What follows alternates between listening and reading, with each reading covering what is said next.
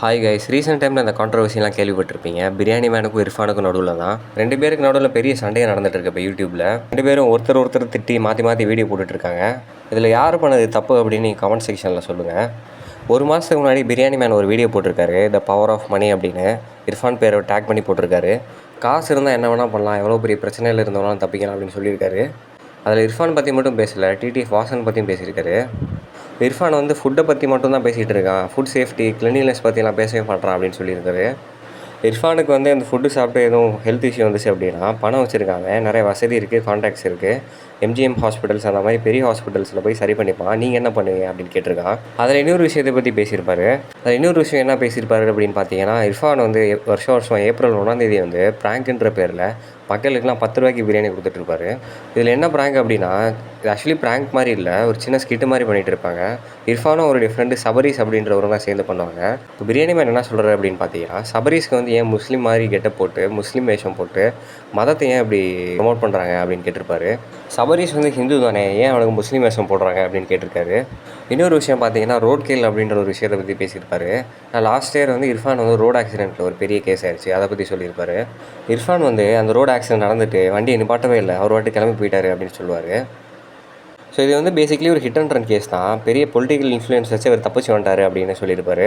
அடுத்து என்ன குற்றச்சாட்டு இர்ஃபான் மேலே வைக்கிறாரு அப்படின்னு பார்த்தீங்க அப்படின்னா, இர்ஃபான் வந்து அவருடைய குழந்தையோட ஜெண்டர் ரிவீல் வந்து ஒரு வீடியோ மாதிரி பண்ணியிருப்பார்.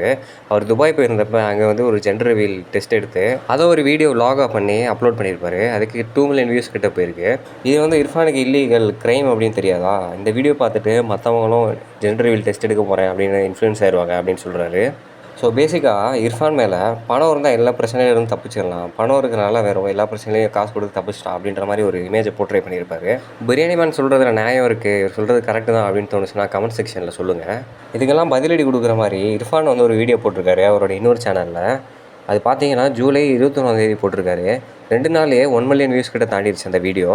பிரியாணி மேன் போட்ட வீடியோ கூட அதிக வியூஸ் போயிருக்கு. இர்ஃபான் வந்து அந்த வீடியோவை ப்ளே பண்ணி அந்த வீடியோலேயே போட்டிருக்காரு பிரியாணி மேனோட வீடியோவை. ஒரு கொஸ்டினுக்கும் அவர் வந்து ரிப்ளை சொல்கிற மாதிரி போட்டிருக்காரு. அதுக்கு இர்ஃபான் சொல்லியிருக்காரு, நீ ப்ரூஃப் இல்லாமல் வீட்டில் உட்காந்துட்டே பேசிகிட்டு இருக்க, நீ பாண்டி பஜார் போனதே இல்லையா அப்படின்ற மாதிரி கேட்டிருக்காரு. ஒருத்தவங்களோட பிஸ்னஸ் பற்றி எப்படி ஒன்றால் இவ்வளோ தப்பாக பேச முடியுது அப்படின்னு சொல்கிறாரு. இந்த ஃபுட்டெல்லாம் சாப்பிட்டு இர்ஃபானுக்கு வந்து ஹெல்த் இஷ்யூ வந்துச்சு, இல்லை பிரச்சனை வந்துச்சு அப்படின்னா அவன் பெரிய இடத்துல போய் சரி பண்ணிப்பான், அவன்கிட்ட காசு இருக்குது, இன்சூரன்ஸ் இருக்குது, எல்லாம் இருக்குது அப்படின்னு சொல்லியிருப்பாரு. இதுக்கு இர்ஃபான் என்ன ரிப்ளை கொடுத்துருக்காரு அப்படின்னு பார்த்தீங்கன்னா, நான் ஸ்டார்ட் பண்ணி 7-8 வருஷம் கிட்ட ஆயிடுச்சு, அப்போல்லாம் என்கிட்ட பெரிய காசு இல்லை, நான் சின்ன யூடியூபராக தான் ஸ்டார்ட் பண்ணேன், ஏர்ன் பண்ணது எல்லாமே யூடியூப் வந்ததுக்கப்புறம் தான் அப்படின்னு சொல்லியிருக்காரு. எனக்கு அந்த பிரச்சனை வந்தாலுமே நான் சின்ன ஹாஸ்பிட்டல் தான் போயிருக்கேன், நான் இத்தனை வருஷமாக போன ஹாஸ்பிட்டலில் தான் போயிருக்கேன் அப்படின்னு சொல்கிறாரு. அப்படியே நான் போய் பெரிய ஹாஸ்பிட்டல் அட்மிட் ஆனாலும் நான் தான் செலவு பண்ண போகிறேன், எனக்கு தான் வேதனை, எனக்கு தான் வலி, சஃபரிங் எல்லாருக்கும் ஒன்று தானே அப்படின்னு இர்ஃபான் சொல்லியிருப்பாரு. இர்ஃபான் சொல்லியிருப்பாரு, முன்னாடிலாம் நம்ம நல்லா தான் பேசிகிட்டு இருப்போம், எந்த பிரச்சனையும் இல்லை, ஃபோன்லாம் பேசிப்போம், மெசேஜெலாம் அனுப்பிப்போம், அப்போல்லாம் அந்த கொஸ்டின் உனக்கு கேட்கணும்னு தோணையா அப்படின்னு கேட்டிருக்காரு.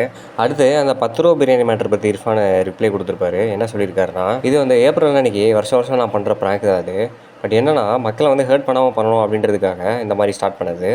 சபரீஸ் வந்து என்னோடய க்ளோஸ் ஃப்ரெண்டு, அவன் ஒரு நல்ல ஆக்டர், அவனோட ஆக்டிங் எனக்கு ரொம்ப பிடிக்கும், ஸோ அதனால் அவனுக்கு இந்த பாய் வேஷம் போட்டு ஆக்ட் பண்ண வச்சேன். பொதுவாகவே எல்லாருக்கும் தெரியும் அந்த பாய் பிரியாணி முஸ்லீம் பிரியாணி அப்படின்றது நல்லாயிருக்கும் அப்படின்னு, ஸோ அதனால தான் அந்த பாய் பிரியாணி அப்படின்ற கான்செப்ட் வச்சேன். இது ஒன்றும் நான் கண்டுபிடிச்சது இல்லை, காலங்காலமாக முஸ்லீம் பிரியாணி வந்து நல்லா தான் இருக்கும், அது உங்கள் எல்லாத்துக்குமே தெரியும் அப்படின்னு இர்ஃபான் கேட்டிருக்காரு. இதை நான் லாஸ்ட் வீடியோலேயே சொல்லியிருப்பேன், இதை நான் ஸ்டாப் பண்ண போகிறேன் அப்படின்னு, புதுசாக வேறு ஏதாவது ட்ரை பண்ணலாம் அப்படின்னு. ஆனால் இவன் இப்போ இது சொன்னதுக்கப்புறம் நான் அதை ஸ்டாப் பண்ண மாட்டேன், கண்டினியூ தான் பண்ண போகிறேன் அப்படின்னு சொல்லியிருக்காரு. அப்புறம் அந்த ஆக்சிடென்ட் மேட்ரு வந்து ரிப்ளை கொடுத்துருப்பாரு. இர்ஃபான் வந்து வண்டி நிப்பாட்டாமல் போயிட்டார், இது வந்து ஒரு ஹிட் அண்ட் ரன் கேஸ் அப்படின்னு சொல்லியிருப்பாரு. அதுக்கு இர்ஃபான் என்ன சொல்லியிருக்காரு அப்படின்னு பார்த்தீங்கன்னா, அந்த இடத்துல வண்டி நின்றுச்சு, அதுக்கான ப்ரூஃப் என்கிட்ட இருக்குது அப்படின்னு கூகுள் மேப்ஸில் அவர் நின்றதுக்கான அந்த ப்ரூஃபையும் காமிச்சிருக்காரு.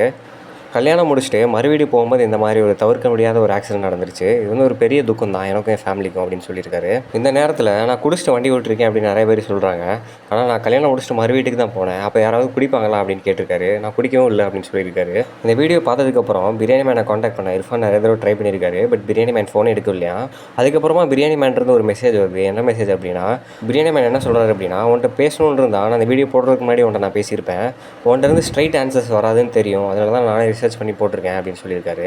அதுக்கு இர்ஃபான் என்ன சொல்கிறாருன்னா, இந்த வீடியோ போட்டப்போலாம் நம்ம பேசிட்டு தான் இருந்தோம், நீ என்கிட்ட ஒரு வார்த்தை கேட்டிருந்தேன் அப்படின்னா இந்த மாதிரி பிரச்சனையெல்லாம் தவிர்த்துருக்கலாம், கூட இருந்துகிட்டே இப்படி முதுகில் குத்திட்டு அப்படின்றது எனக்கு ரொம்ப வருத்தமாக இருக்குது அப்படின்னு இர்ஃபான் சொல்லியிருப்பாரு. இந்த 2 வீடியோ வச்சு பார்க்கும்போது எனக்கு என்னமோ இர்ஃபான் மேலே தான் கொஞ்சம் நியாயம் இருக்கிற மாதிரி ஒரு ஃபீல் வருது.